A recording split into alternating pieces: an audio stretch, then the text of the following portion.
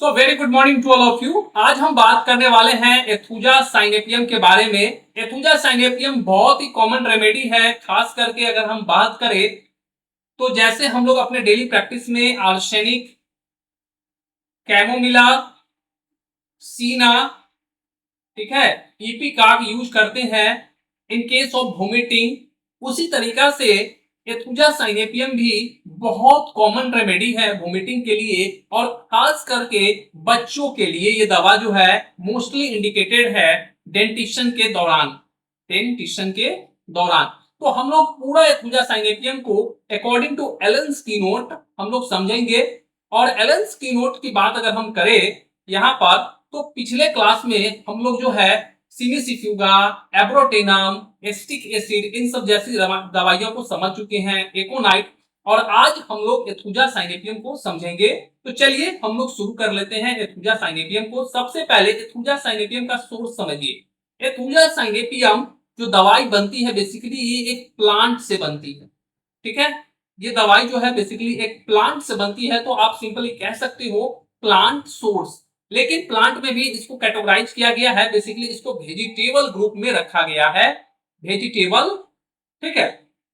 दूसरा बात कि अगर हम इसका कॉमन नेम की बात करें, एथुजा साइनेपियम का जो कॉमन नेम है वो बेसिकली हम लोग समझेंगे कि जो फूल्स फूल्स पार्सेली कहते हैं इसको, फूल्स पार्सेलिस का कॉमन नेम होता है। और दूसरा नाम अगर हम बात करें तो इसको हम लोग कहते हैं लेसर हेमलॉक। क्या कहते हैं? Lesser hemlock. अगर हम इसके फैमिली की बात करें एथुजा साइनेपियम का, अगर हम फैमिली, क्योंकि एक प्लांट से है तो इसका फैमिली होगा, फैमिली बेसिकली ये अम्बलीफेरा, अम्बलीफेरा ग्रुप से जो है ये बिलोंग करता है। और इसका प्रूविंग, एथुजा साइनेपियम का जो प्रूविंग की बात करें तो सबसे पहले प्रूविंग जो है इसका डॉक्टर हेनिंग ने किया था। डॉक्टर हेनिंग, नॉट हेरिंग्स है, ये हेनिंग है, ठीक है। हेनिंग ने किए थे 1828 में। तो कोई पूछे कि एथुजा साइनेपियम का प्रूविंग कब किया गया था, तो 1828 में डॉक्टर हेनिंग के द्वारा किया गया था। और सबसे बड़ी बात कि एथुजा साइनेपियम एक एक्यूट शॉर्ट रेमेडी के रूप में जानी जाती है, तो इसका duration of action 20 to 30 days माना जाता है। क्लिनिकल प्रूविंग में देखा गया कि एथुजा साइनेपियम का एक्शन ऑफ ड्यूरेशन जो है बेसिकली ड्यूरेशन ऑफ एक्शन जो है 20 to 30 डेज देखा जाता है अक्सर प्रूविंग के केस में। अगर हम इसके मियाज्म के बारे में बात करें, क्योंकि हर रेमेडी कहीं ना कहीं एक मियाज्म से बिलोंग करती है, तो एक ऐसी रेमेडी जो एक्यूट केस में तीनों मियाज्म को टच करती है। सो ऑल थ्री मियाज्म जो पुराने अपने तीनों मियाज्म हैं उनको, चाहे वो सोडा हो, साइकोसिस हो, चाहे वो सिफिलिस हो, ठीक है, तीनों मियाज्म को जो है ये कवर करती है अपनी Aethusa cynapium. So it touch all the miasm. So ये तीनों मियाज्म को कवर करती है, टच करती है, तीनों मियाज्म जो है इसके बैकग्राउंड में रहता है। अगर हम इसके टेम्परामेंट की बात करें, क्योंकि ये बेसिक नॉलेज है हर रेमेडी का, अगर हम टेम्परामेंट की बात करें तो ये जो बच्चा है एथुजा की प्रूविंग में देखा गया कि ये बेसिकली कंफ्यूज्ड एंड इडियोटिक रहता है, इडियोटिक टेम्परामेंट का ये देखा गया है। उसके साथ अगर हम बात करें डायाथेसिस की, तो ये एस्क्रिफ्यूलस डायाथेसिस से बिलोंग करता है। किस डायाथेसिस से? एस्क्रिफ्यूलस डायाथेसिस से बिलोंग करता है। And one of the most important things is the thermal. ये जो इसका जो पेशेंट होगा कैसा होगा, तो थर्मल रिलेशनशिप में बात करेंगे तो हॉट पेशेंट होगा, ठीक है, हॉट पेशेंट होगा। इसका मतलब इसको गर्मी सहन नहीं होता है। तो this is the one of the basic knowledge of Aethusa cynapium. And I have come to the Allen's keynote. So सबसे पहले हमें एलेंस कीनोट समझने से पहले हमें एक चीज और समझना चाहिए, हर दवा का एलिमेंट समझना चाहिए कि कोई भी दवा का एलिमेंट क्या है, कैसे किस कंडीशन में बीमार पड़ता है, क्यों बीमार पड़ता है? सो एलिमेंट अगर हम समझ ले हर दवा का तो हमारे लिए केस थोड़ा इजी हो जाता है। सो एलिमेंट फ्रॉम की अगर हम बात करें एथुजा साइनेपियम में, तो पहला एलिमेंट है डेंटिशन। डेंटिशन के टाइम जो है इसका एक एलिमेंट तैयार होता है, डेंटिशन। ड्यूरिंग डेंटिशन जो है बेसिकली इसका अगर हम देखें तो कंप्लेन हमें देखने को मिलता है ड्यूरिंग डेंटिशन, एक एलिमेंट हो सकता है। दूसरा हॉट वेदर, हॉट वेदर। तीसरा जो मेजर जो इसका एलिमेंट बनता है वो है मिल्क, यानी कौन सी ऐसी परिस्थिति है या कौन ऐसा चीज है, कौन सा ऐसा वेदर है जहां पर वो बीमार पड़ता है, इसी को हम लोग एलिमेंट कहते हैं। या किस चीज के बाद वो बीमार पड़ा, तो डेंटिशन के दौरान वो बीमार पड़ता है। डेंटिशन में हॉट वेदर यानी कि समर वेदर आप कह सकते हो, गर्मी के दिनों में। और मिल्क या मिल्क प्रोडक्ट, ठीक है, मिल्क या मिल्क प्रोडक्ट। और one of the most common element is error in diet, error in diet. तो डाइट में एरर होने की वजह से एथुजा के प्रॉब्लम, बीमारी जो है शुरू होते हैं। तो चार चीज याद रखिए एथुजा के एलिमेंट में, dentition, hot weather, milk, milk product, any type of milk product, not key milk product, any type of milk product, और एरर इन डाइट। सो यहां पर सबसे पहले एलन साहब ने बोला है कि स्पेशली फॉर चिल्ड्रन, उन्होंने पहला लाइन लिखा स्पेशली फॉर चिल्ड्रन, यानी कि ये बात अब तय हो गई कि ये दवा most of the time, most of the time जो इंडिकेटेड मिलता है बच्चों में मिलता है। ऐसा नहीं है कि ओल्ड एज में या यंग एज में नहीं मिलेगा, हमें मिलेगा, बट खास करके इसमें जो measure of the clinical cases देखे जाते हैं वो बच्चों के केस में देखे जाते हैं। तो याद रखिए एथुजा का केस कब ज्यादातर दिखेगा, बच्चों में दिखेगा। और बच्चा कैसा, ड्यूरिंग डेंटिशन। अब देखो यहां पर इन्होंने एक तो एज के बारे में बताया कि एज फैक्टर कैसा होगा, तो हर एक रेमेडी का अपना एक एज फैक्टर होता है। एथुजा का एज फैक्टर बच्चा है, चिल्ड्रन है, डेंटिशन है। दूसरा उन्होंने बोला during dentition, dentition is the क्या है, बेसिकली डेंटिशन को हम लोग बोलते हैं दांत निकलने का समय। डेंटिशन एक वर्ड है जिसको आप लोग जानते भी होंगे, डेंटिशन का मतलब होता है दांत निकलने का समय, ठीक है, टीथिंग, ठीक है, जब बच्चे के मसूड़े से दांत बाहर आने लगता है इसको हम लोग डेंटिशन कहते हैं, या मसूड़े निकलने के समय, during dentition in hot summer weather. इन्होंने हॉट समर की बात की है, यानी कि गर्म वेदर में, गर्मी के मौसम में। Children who can not bear milk, bear milk, बच्चा दूध नहीं सहन कर पाता है। तो सिंपली समझो कि ये रेमेडी खास तौर पर बच्चों के लिए इंडिकेटेड है, खास करके गर्मियों के मौसम में, ठीक है, जब बच्चा का दांत निकल रहा होता है और जो दूध बिल्कुल सहन नहीं कर पाता। इसीलिए इन्होंने लिखा है हु कैन नॉट, वैसा बच्चा जो दूध नहीं सहन कर पाता है, दूध नहीं पचा पाता है, ठीक है। सो इस में हमें क्या समझ में आया कि बेसिकली यहां पर तीन बातें उन्होंने इंपॉर्टेंट बोली, hot weather, hot weather plus, hot weather plus teething, ठीक है, और प्लस मिल्क, ठीक है, मिल्क इंटॉलरेंस। यानी याद रख लीजिए कि कभी भी दूध नहीं पचता है, जैसे पल्सेटिला है उसको भी दूध नहीं पचता है, लेकिन एथुजा में दूध पीने के कुछ देर बाद ही उल्टी होने लगता है। So hot weather, teething, milk intolerance Aethusa का मेन फील्ड एरिया है। यही क्या है, एथुजा का मेन फील्ड एरिया है, मेन एरिया है, मेन एरिया है, समझे। अब आ जाइए हम लोग बात करते हैं एथुजा में वीकनेस। एथुजा में बहुत वीकनेस आता है, हमने एसिटिक एसिड में भी वीकनेस की बात किए थे, एब्रोटेनम में बात किए थे, वो भी एथुजा जो हमारा एब्रोटेनम है वो भी बच्चों के इंडिकेटेड रेमेडी थी, उसमें भी बच्चा गर्दन होल्ड नहीं कर पा रहा था, एसिटिक एसिड में होल्ड नहीं कर पा रहा था। लेकिन यहां पर थोड़ी सी चीजें अलग हैं, ग्रेट वीकनेस, क्या बात कर रहे हैं वो, great weakness, children can not stand, बच्चा सही से खड़ा नहीं हो पा रहा है, ठीक है, unable to hold up the head, यहां तक कि अपने गर्दन को भी खड़ा नहीं। इसलिए यहां पे देखो एब्रोटेनम दवाई आई, अगर आपने एब्रोटेनम अभी तक नहीं पढ़े हैं, फर्स्ट रेमेडी है एलन स्किनोट की, तो एब्रोटेनम पढ़ लीजिए। एंड प्रोस्ट्रेशन विथ स्लीपलेसनेस, तो सबसे पहला प्रोस्ट्रेशन विथ स्लीपलेसनेस, प्रोस्ट्रेशन क्या होता है, मैंने पहले भी आपको बताया था कि प्रोस्ट्रेशन एक एक्सट्रीम वीकनेस का स्टेट है। क्या है? Extreme weakness. एक्सट्रीम, आप एक्सट्रीम कमजोरी कह दो, वीकनेस कह दो, ठीक है। एकदम कमजोर ऐसी स्थिति बॉडी की, फिजिकल बॉडी की, जहां पर आप यहां तक कि खड़ा भी ना हो पाए। तो सिंपली इसका मतलब अगर हम समझे, यहां पर एक्सट्रीम प्रोस्ट्रेशन है। प्रोस्ट्रेशन के साथ में बच्चों के अंदर सेल्फलेसनेस आ जाता है, बच्चे को बहुत जो है नींद आती है। तो बच्चा इतना कमजोर होता है, इसमें बच्चा को इतना प्रोस्ट्रेशन होता है, बच्चा इतना कमजोर होता है कि खड़ा नहीं हो पाता है। इसीलिए उन्होंने लिखा है कैन नॉट स्टैंड। बच्चा कैसा हो गया प्रोस्ट्रेशन की वजह से? Can not stand.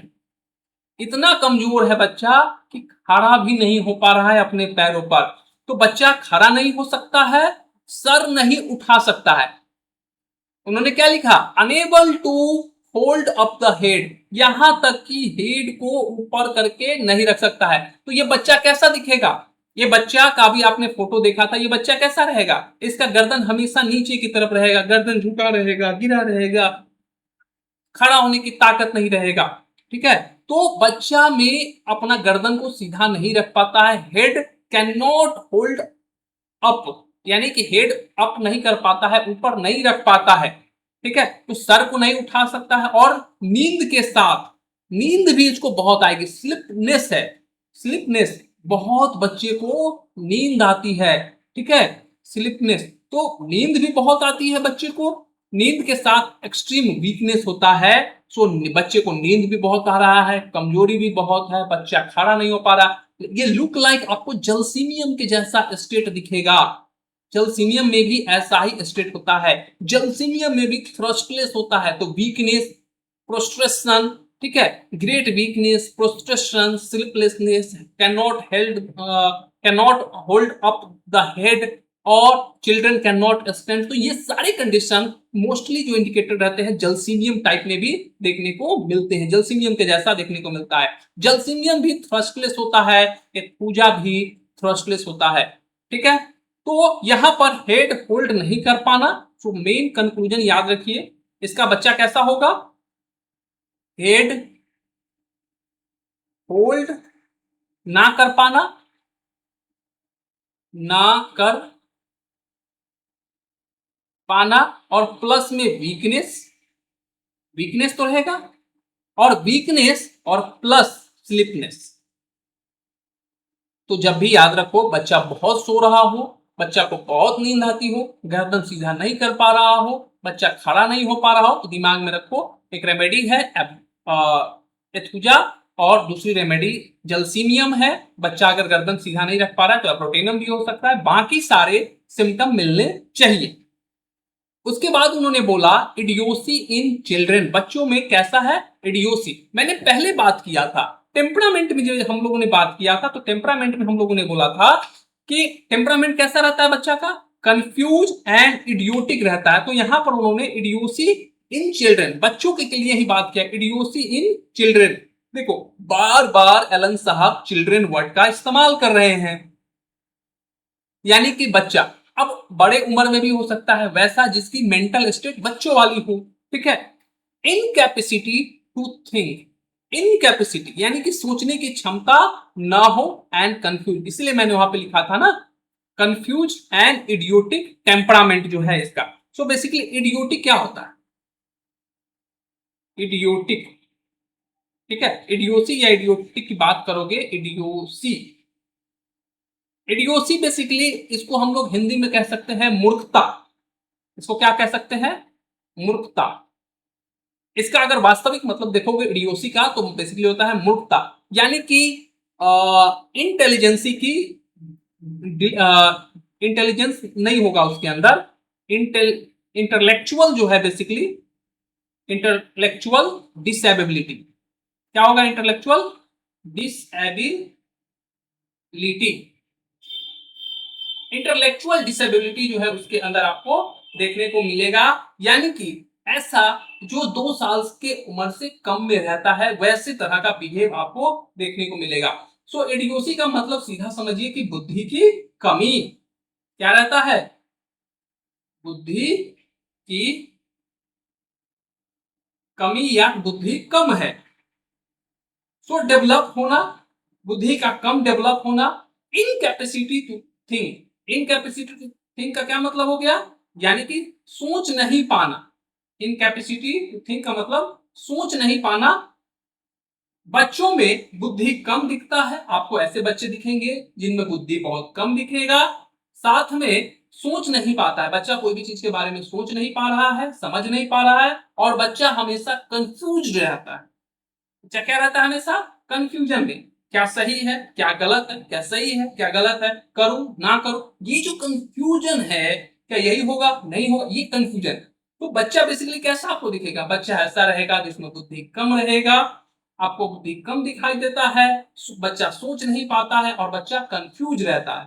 So mental dullness, mental dullness या फिर कंफ्यूज रहेगा, कंफ्यूज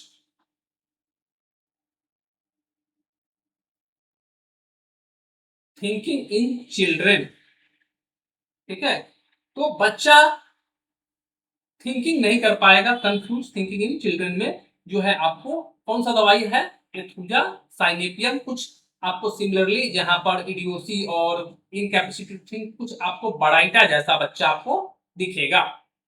चौथा उन्होंने क्या बोला, एन एक्सप्रेशन, एन एक्सप्रेशन की उन्होंने बात किया of great anxiety and pain with a drawn condition. क्या उन्होंने बोला, drawn condition and well marked linea नेजेलिया।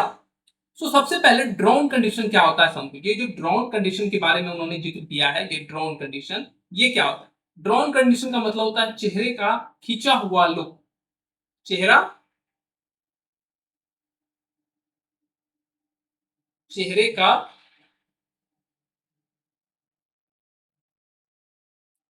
खींचा हुआ लुक। बच्चा का चेहरा आपको कैसा दिखेगा, खींचा हुआ दिखेगा। लाइन या फिर इसको हम लोग लीनिया नेजेलिया बोलते हैं। लीनिया नेजेलिया बेसिकली क्या होता है, नाकों के दोनों साइड के लाइंस बेसिकली जो है एक इसको बोल सकते हो एक ग्रुप्स है। ठीक है, एक ग्रुप्स अक्रॉस द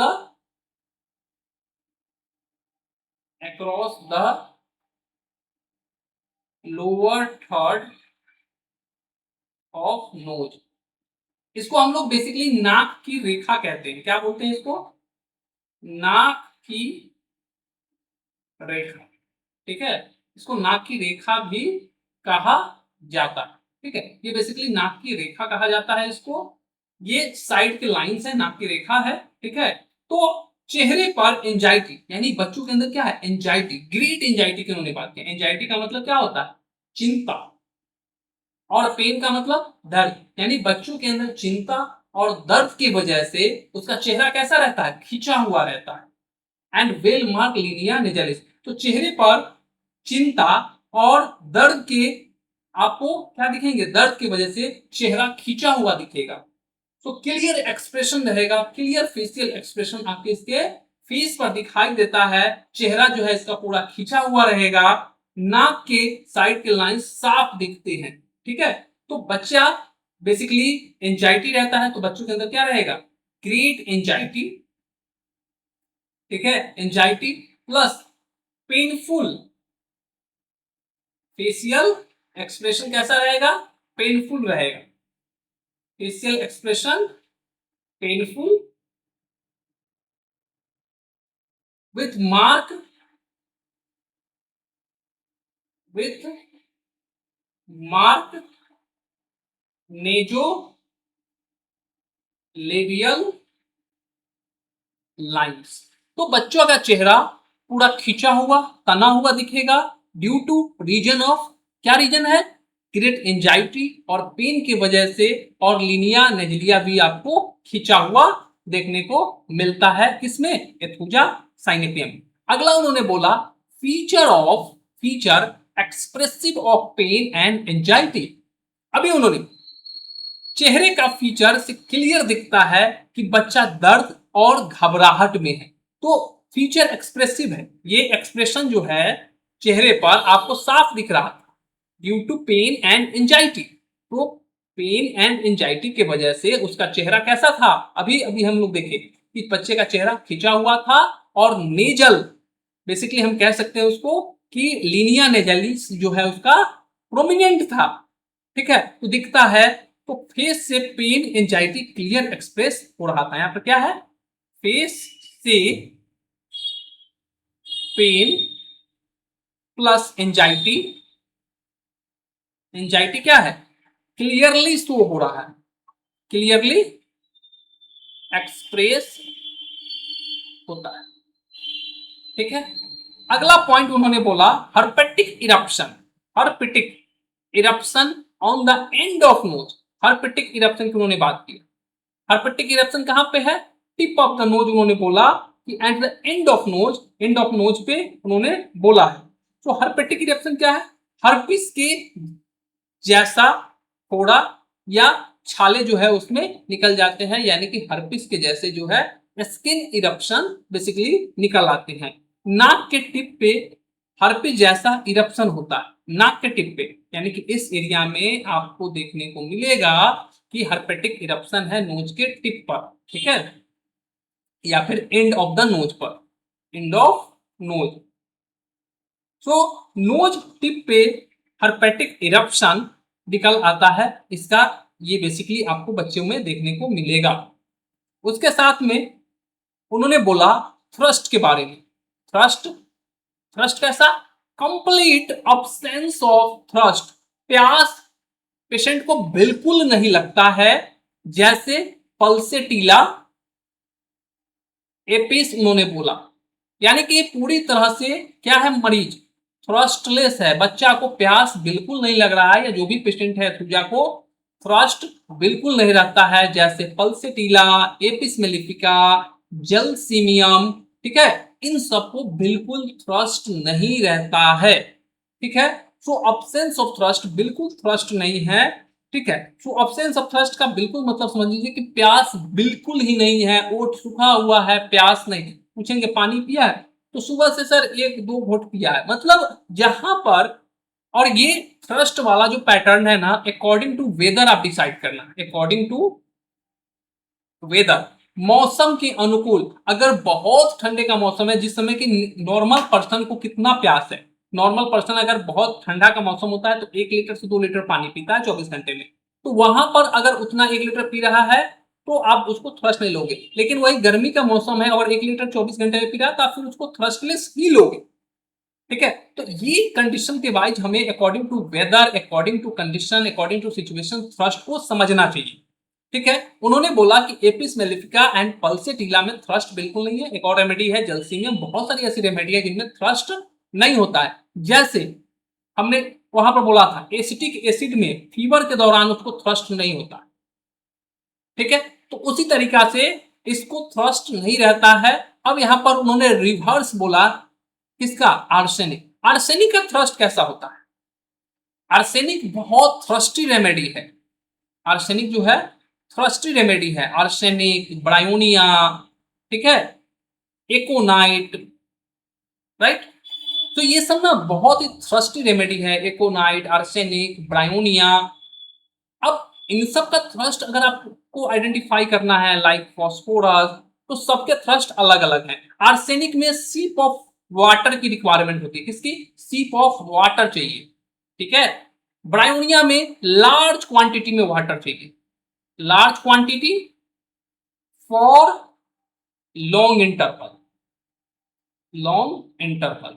जबकि आर्सेनिक में सीप of water for short interval, एक एक घूंट पानी पिएगा, 2 मिनट 5 मिनट बाद फिर पानी मांगेगा, एक दो घूंट पानी पिएगा फिर 5 मिनट बाद मांगेगा, आर्सेनिक एल्बम।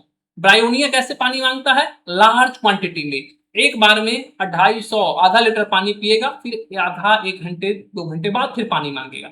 एकोनाइट में कैसा थ्रस्ट होता है, इसका भी थ्रस्ट जो है बर्निंग थ्रस्ट होता है, बर्निंग थ्रस्ट, ऐसा थ्रस्ट जिसमें पानी पीता जाएगा और इसका प्यास नहीं बुझता है। ठीक है, एंड फॉस्फोरस में कोल्ड वाटर का थ्रस्ट होता है, कोल्ड वाटर।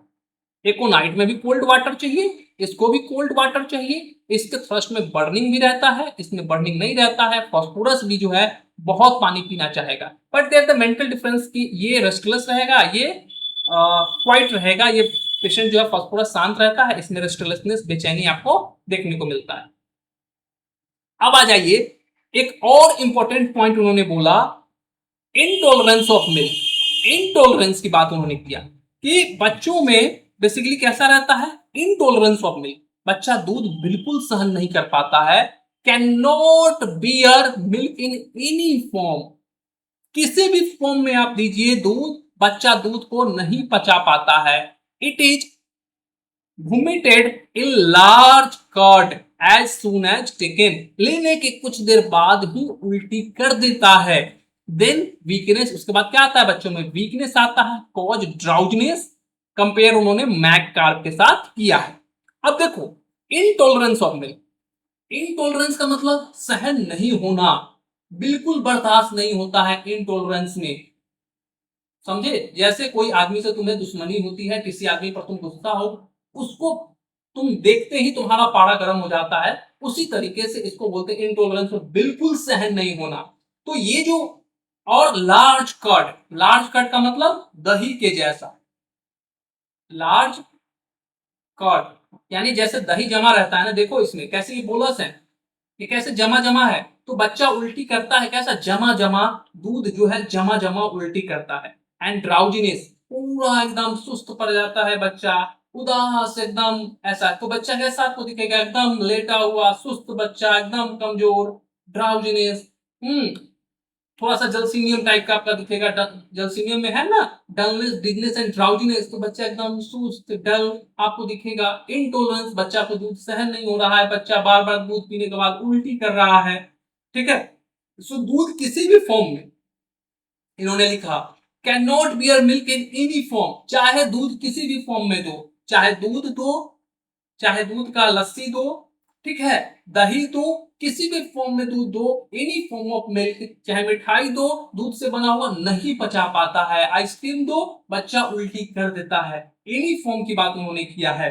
तो बच्चा को किसी भी फॉर्म में जो है मतलब सह नहीं पाता है दूध को, और जैसे ही पीता है बच्चा दूध, जैसे ही पीता है वैसे ही क्या करता है, पीते ही बड़े थक्के में थोड़ा देर रुकता है, और कर्ड, लार्ज कर्ड में, बड़े बड़े थक्के में जो के रूप में जो है उल्टी होता है। क्या होता है बेसिकली, बेसिकली बच्चे को उल्टी होता है, वोमिटिंग होने लगता है, ठीक है। बच्चे को क्या होता है, उल्टी होने लगता है, और उसके बाद उसके अंदर वोमिटिंग करेगा, उसके बाद बच्चा वीक हो जाएगा, यानी वीकनेस होता है, और वीकनेस के बाद बच्चा जो है ड्राउजी हो जाएगा, पूरी तरह से जो है ड्राउजीनेस में चला जाता है, यानी कि नींद आ जाती है बच्चे को और खूब सोता है बच्चा, ड्राउजीनेस रहता है, जलसीनियम की तरह बच्चा एकदम सो जाएगा। सो कंक्लूजन क्या है इसका, मिल्क इंटॉलरेंस, बच्चे में milk intolerance, one of the key point याद रखिए, थूजा में मिल्क इंटॉलरेंस, ठीक है, कॉर्डेल्ड वोमिटिंग, दही के जैसे थका हुआ, उल्टी, and drowsiness, weakness and drowsiness, after vomiting weakness, and उसके बाद खूब सोएगा, ड्राउजीनेस हो जाएगा, ड्राउजी हो जाएगा बच्चा, ठीक है। तो हर बार जब आपको ड्राउजीनेस दिखे तो जलसीनियम नहीं सोचिए, थ्रस्टलेस है तो जलसीनियम मत दीजिए, पीछे पूछिए कि उल्टी उल्टी हुआ है क्या, दूध पीता है तो उल्टी होता है, तो एक अपने को केस टेकिंग में ये हेल्प हमें करता है। और बाकी इनडाइजेशन ऑफ टीथिंग वाला जो पार्ट है हम लोग सेकेंड पार्ट में देखेंगे, ये जो है इनडाइजेशन ऑफ टीथिंग चिल्ड्रन हम लोग कल के क्लास में देखेंगे। सो चैनल पे नए हैं तो चैनल को सब्सक्राइब कर लीजिए, ताकि आने वाला जो नेक्स्ट पार्ट है वो आपसे मिस न हो, और साथ में अपने फ्रेंड के साथ जरूर शेयर करें, और किसी भी तरह का क्वेश्चन हो तो कमेंट बॉक्स में कमेंट करें। एलेंस की नोट सीरीज कंप्लीट करेंगे, जिसमें ए टू जेड मेडिसिन को हम लोग कंप्लीट करेंगे। मिलते हैं हम लोग एथुजा साइनेपियम के सेकेंड पार्ट में।